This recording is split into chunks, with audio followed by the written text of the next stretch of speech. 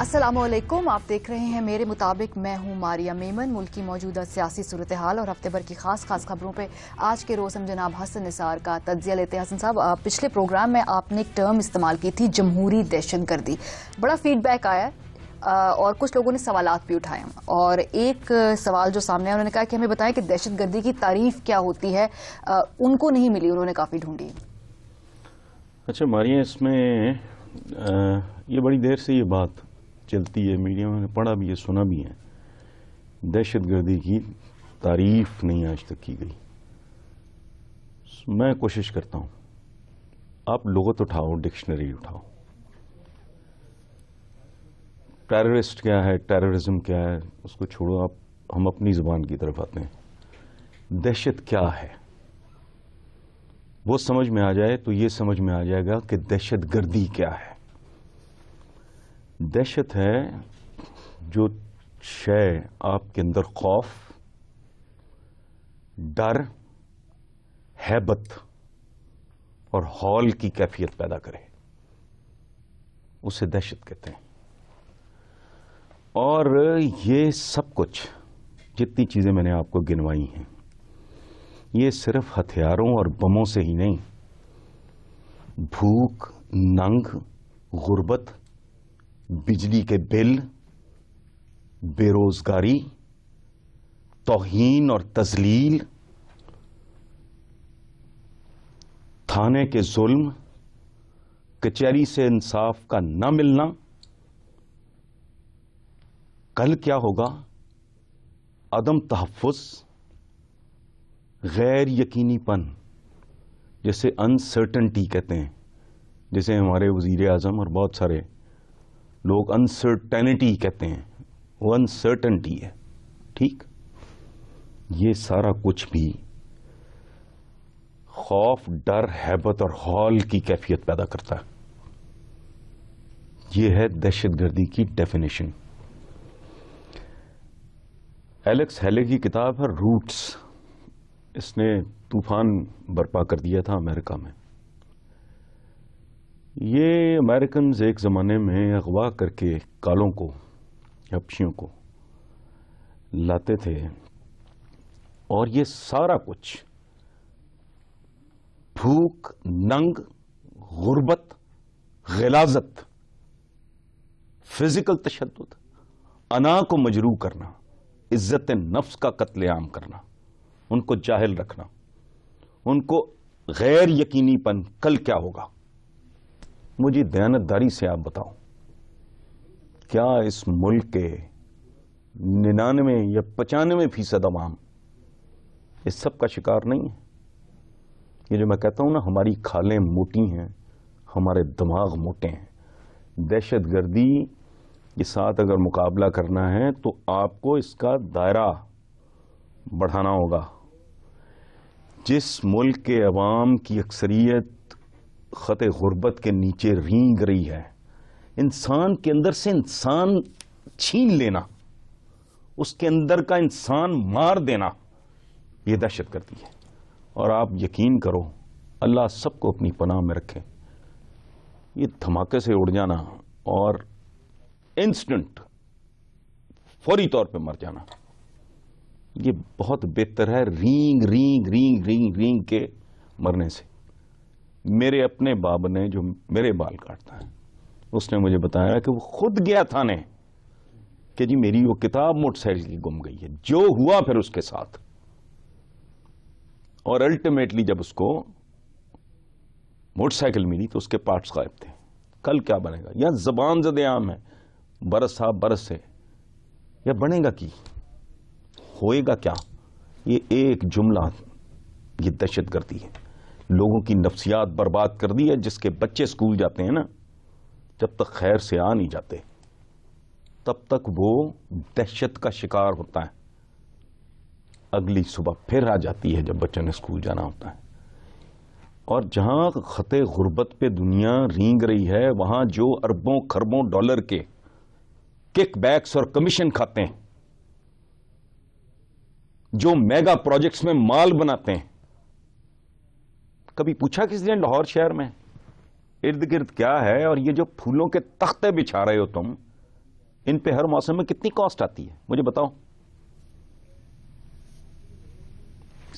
یہ ہے دہشت گردی کی. لیکن آپ نے اس کی تعریف اتنی وسیع کر دی ہے, آدھا ملک تو پھر اس کے میں آپ کو عرض کرتا ہوں, دیکھو میں نے نہیں کی یہ ڈکشنری, یہ لغت میں نے نہیں بنائی ماریا. آپ نے ایک بات کی ہے, میں نے اس کا ٹیکنیکل ایکڈیمک جواب دیا ہے, میں نے اس کی وضاحت پیش کی ہے. میں نے تو کوئی ڈیفینیشن, میں نے تو دیکھیں نا ڈکشنری میں لکھا ہے کہ دہشت کی تعریف کیا ہے, جو خوف پیدا کرے, جو ڈر پیدا کرے, جو ہیبت پیدا کرے, اور جو ہال, کہتے ہیں مجھے ہال اٹھ رہے ہیں, بجلی کا بل آ گیا, ہال اٹھ رہے ہیں. میں نے نہیں ڈیفائن کیا, میں نے تو صرف ایکسپلین کیا ہے, یہ آپ کی ڈکشنریوں میں درج ہے. چلے ابھی آپ ایک بریک پر جانا ہے. آپ نے اپنے کالم میں لکھا کہ پاکستان کا صدقہ دینے کی ضرورت ہے, کس قسم کا صدقہ ہونا چاہیے وہ بریک کے بعد بات کریں گے. دیکھتے رہیے میرے مطابق.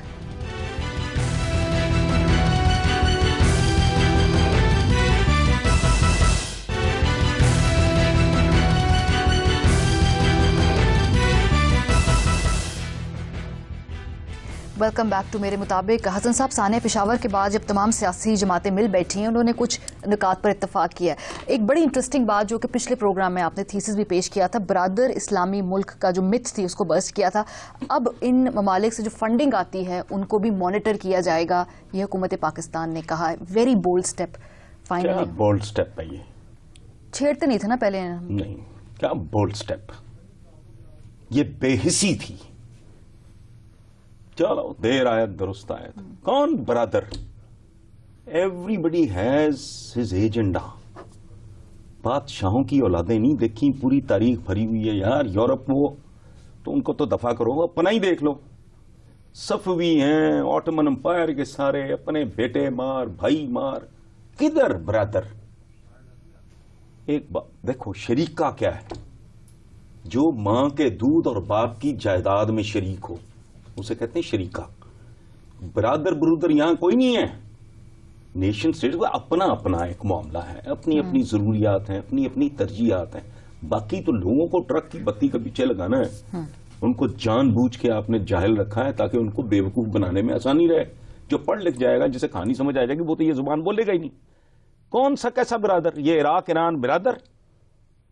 اب جو باقی ساری دنیا میں جو معاملات ہیں ان کی ٹینشنز, اچھا اس سے پہلے امیر تیمور بایزید یلدرم پہ چڑھ گیا, جا کے ترکی میں جا کے برباد کر کے رکھ دیا اس کو, جو کبھی ہارا ہی نہیں تھا ویسٹرن پاور سے. ظہیر الدین بابر کا پہلا شکار کون تھا؟ ابراہیم لودھی. وہ ہندو تھا؟ نہیں ہوتا اس طرح. شیبانی خان نے کس کے ساتھ کیا کیا تھا؟ صفویز کیا کرتے رہے؟ بنو امیہ, پھر بنو امیہ کے ساتھ بنو عباس. و خدا کا خوف کرو, یہ بے حس تھے. یہ پہلے دن سے چیک ہونا چاہیے تھا کہ جہاں سے پیسہ آ رہا ہے وہ کیا چیز پروموٹ کرنا چاہ رہے ہیں. They have their own agendas. ہمارا ذمہ دار, ہماری جو اگر یہ ایلیٹ ہے اشرافیہ, اس کی ذمہ داری ہے کہ اس قوم کے بچوں کو, بچوں سے مراد 90 سال کا بندہ بھی وزیر اعظم کے لیے, صدر کے لیے, ایلیٹ کے لیے بچوں کی طرح ہونا چاہیے. یہ فیملی ہے, لیکن یہ ستیلی ماؤں سے زیادہ خوفناک لوگ ہیں. بڑی دلچسپ بات کی. اچھا بات ہے. میں سمجھتا ہوں کہ بیرونی فنڈنگ اب اگر مانیٹر اب بھی شروع, یہ بددھیانتی نہ کریں. یہ پاکستان کی کاسٹ پہ ذاتی تعلقات بناتے ہیں. ادروائز نایاب پرندوں کا شکار تم نے کس چکر میں اجازت دی ہے؟ یہ تو گلوبل رولز کے خلاف ہے. کیوں؟ تاکہ ان کے ساتھ تمہارے ذاتی تعلقات. کالم میں آپ نے دلچسپ بات کی کہ پاکستان کا صدقہ دیا جانا چاہیے. کتنا بڑا صدقہ دینا پڑے گا کہ یہ بلائیں دور ہوں؟ کیونکہ لیکن پاکستان کو مجھے لگتا ہے نظر لگ گئی ہے. اچھا خاصا تھا میرے بچپن میں, یہ بڑا خوبصورت ٹھنڈا, کوئی کسی کو تنگ نہیں کرتا تھا. کہتے ہیں نا وہ کسی کے فلانے کو چھیڑو نہ, اپنا عقیدہ چھوڑو نہ. دنیا پرسکون تھی, کوئی اس طرح کا بہت کم کبھی ٹاما ٹاما سنتے تھے. صلہ رحمی تھا, محبت تھی, اس طرح ملاوٹ نہیں تھی, اس طرح غلاظت نہیں تھی, اس طرح کا پاگل پن اور جنون نہیں تھا. کوئی ڈھنگ کی بات نہیں کرتا. کتنی آبادی بڑھ رہی ہے, 18 کروڑ سے بھلا نہیں جا رہا, کل یہ 40 ہو گیا, مر جائیں گے, ایک دوسرے کو کھا جائیں گے. کوئی نہیں بولتا. کیوں؟ کہ جی وہ فلانا کہے گا یہ غیر اسلامی ہے. وہ بھائی سمجھاؤ ان کو کہ اعتدال اور میانہ روی اسلام کی خوبصورتیوں میں سے ایک بنیادی خوبصورتی ہے تو اعتدال اور میانہ. پھر ایک اور بات, آپ کے پاس وسائل ہیں, میرے پاس وسائل ہیں, اس کے پاس 10 بچے 8 بچے 6 بچے پیدا کر لو, ان کے لیے توجہ کہاں سے لاؤ گے؟ وسائل ہوں بھی, پہلے ہوتا تھا ٹرائبل سوسائٹی میں آپ کو نمبر گیم تھی, جس آدمی کے بیٹے زیادہ تھے اس کی زمین بھی, اس کی عزت آبرو بھی محفوظ ہوتی تھی. وہ اب اور طرح کا زمانہ ہے, لیکن بہرحال یہ جب تک, دیکھو بات سنو, میں کن کے صدقے کی بات کروں, یہ دمبے, یہ سنڈے, یہ بھینسے, یہ بچڑے, یہ صحت مند بیل, جن کی ٹوٹل ورتھ کا 80% ان کے اثاثے اور پیسہ 80% سے زیادہ ایک محتاط اندازے کے مطابق ملک سے باہر ہے. امریکہ, کینیڈا, آسٹریلیا اور Europe, Spain. It indicates lack of faith in the future of this country. یہ تو سونے کی کان ہے. کن کا سونے کی کان ہے نا. میں نے لکھا ہے کہ ان کا اور پاکستان کا وہ تعلق ہے جو ٹھیکیدار کا سونے کی کان کے ساتھ ہوتا ہے, کہ جب پتہ لگتا ہے کان خالی ہونے والی ہے, ٹھیکیدار ہاتھ لپیٹ کے وہاں سے رخصت ہو جاتا ہے. ان لوگوں کا صدقہ دو, سب کچھ آن ریکارڈ ہے.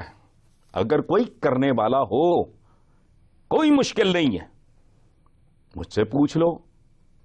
کبھی 30 سال پہلے تمہاری یہ سٹینڈنگ دی ہے, اس کا حساب کو, جو سادہ کام ہے. انہوں نے انکم ٹیکس والوں سے مل کے انہوں نے پتہ نہیں کدھر کدھر کیا کیا کیسے کیسے بھیانک گھپلے کیے ہیں.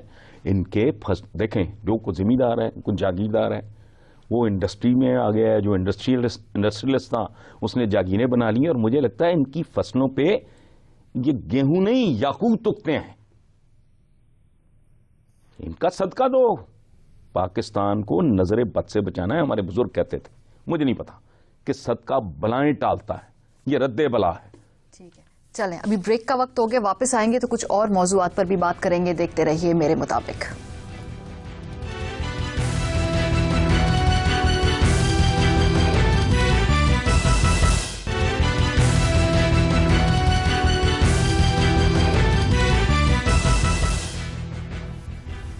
ویلکم بیک ٹو میرے مطابق. حسن صاحب, بریک پر جانے سے پہلے آپ نے کہا کہ نظر لگ گئی پاکستان کو جب آپ اس ملک میں بڑے ہو رہے تھے تو حالات مختلف تھے.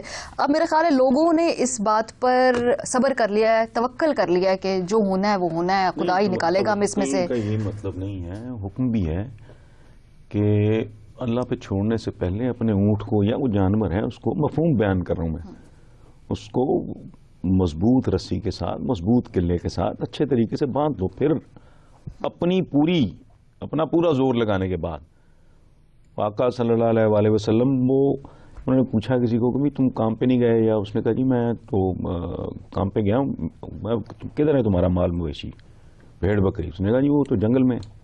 تو آپ نے پوچھا بھی تیرا وہ کدھر جانور وغیرہ تو یہاں پھر رہا ہے؟ اس نے کہا جی میں تو اللہ کے سہارے. مطلب پھر میں مفہوم آپ کو بتا رہا ہوں. تو آپ نے فرمایا وہاں بھیڑیے بھی اللہ کے سہارے ہی پھر رہے ہیں. بس تم اپنی کوشش, یہ جو ہے نا کہ اللہ پہ توکل کا, ہمارے پرابلم یہ ہے کہ بس سطحی طور پہ نیم خواندہ سے لوگ ہوتے ہیں, وہ معصوم سے لوگ جو ان کو سمجھ میں آتا ہے وہ اس کے مطابق شروع کر دیتے ہیں. اچھا, صدر ممنون حسین کے بہت کم بیانات ہم سنتے ہیں. جو ایک تازہ ترین بیان ان کا آیا, جو میں نے بھی اس پہ سوچا, انہوں نے کہا کہ اسلامی تاریخ کو نصاب میں شامل کیا جائے گا. میرے خیال انہوں نے کریکولم دیکھا نہیں, کافی آلریڈی شامل ہے. نہیں شامل ہے, اور اس میں بہت سارا, مطلب اب میں کیا کہوں, اس پہ کیا تبصرہ کروں.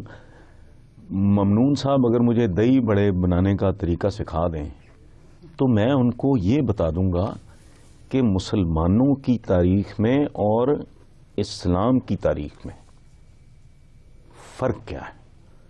مسلمانوں کی تاریخ اسلام کی تاریخ نہیں ہے, یہ دو علیحدہ باتیں ہیں. جب ہم کھوپڑیوں کے مینار, اپنے فاتحین کا ہم ذکر کرتے ہیں کہ کھوپڑیوں کے مینار بناتے تھے, شہر جلا دیتے تھے, قتل عام کر دیتے, کوئی نہیں دیکھتا تھا کہ ہندو ہے, سکھ ہے, عیسائی, واٹ ایور اس وقت جو بھی تھے. تو ہمیں نہیں بھولنا چاہیے نا کہ حضور کیا فرمایا کرتے تھے, جنگ میں عورتوں کو, بچوں کو, فصلوں کو, پودوں کو, حتیٰ کہ کوئی دشمن ہتھیار پھینک دے. یاد ہے وہ بڑا مشہور واقعہ کہ آپ نے کہا اگر اس نے خوف کے عالم میں بھی اگر وہ کلمہ پڑھ لیا تھا، تو نے اس کے دل میں جھانک کے دیکھا تھا. سو اسلام کی تاریخ تو کہانی اور ہے. مسلمان خاندان، حکمران خاندان کی تعریف میں نے پچھلے دنوں بھی کسی انٹرویو میں یہ بات کی ہے کہ میرے جیسے گندے گناہ گار آدمی کی تاریخ ان بادشاہوں کی تاریخ ہے، یہ میرے دین کی تاریخ نہیں ہے. سو یہ ممنون صاحب کو کچھ سمجھ لینا چاہیے. کسی پنجاب حکومت کی بے بسی. بلال یاسین صاحب کہتے ہیں کہ انہیں پتا ہے کہ بڑے ہوٹلوں میں کچھ فاسٹ فوڈ چین غیر ملکی ناقص مال استعمال ہوتا ہے، مردار گوشت، ریسائیکلڈ آئل، وہ کارروائی بھی کرتے ہیں، لیکن دباؤ کی وجہ سے ان کو لوگوں کو چھوڑنا پڑتا ہے. یہ میں نے بھی پڑھا ہے کہ اوپر سے دباؤ.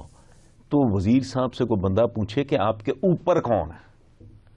سب سے اوپر تو اللہ کی ذات ہے جس کو حساب دینا ہے. اس کے بعد کون ہے؟ ایک پروونشل منسٹر کے اوپر کون ہے؟ Chief minister. ادھر سے دباؤ آتا ہے تو مبارک ہو لوگوں کو.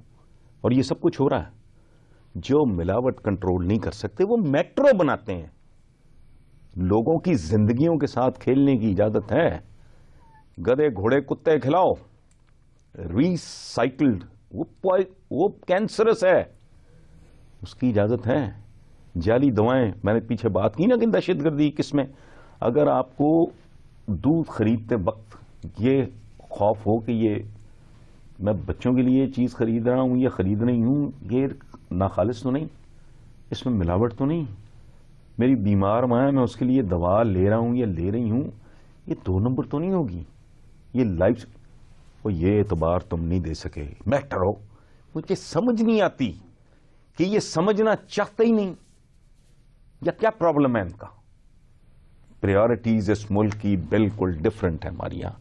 لیکن بدقسمتی، لیکن ہم اپنے حصے کا کام کریں نا. مالی دا کم پانی لانا پر مشکاں لاوے، مالک دا کم پھل پھول لانا لاوے یا نہ لائے، سونے نہ سونے وہ ہمارا. ہم تو اپنا، میں نے تو اپنے کام کو سچی بات میں اکثر پیشے ایسے ہیں جن میں ایک پہلو عبادت کا ہوتا ہے.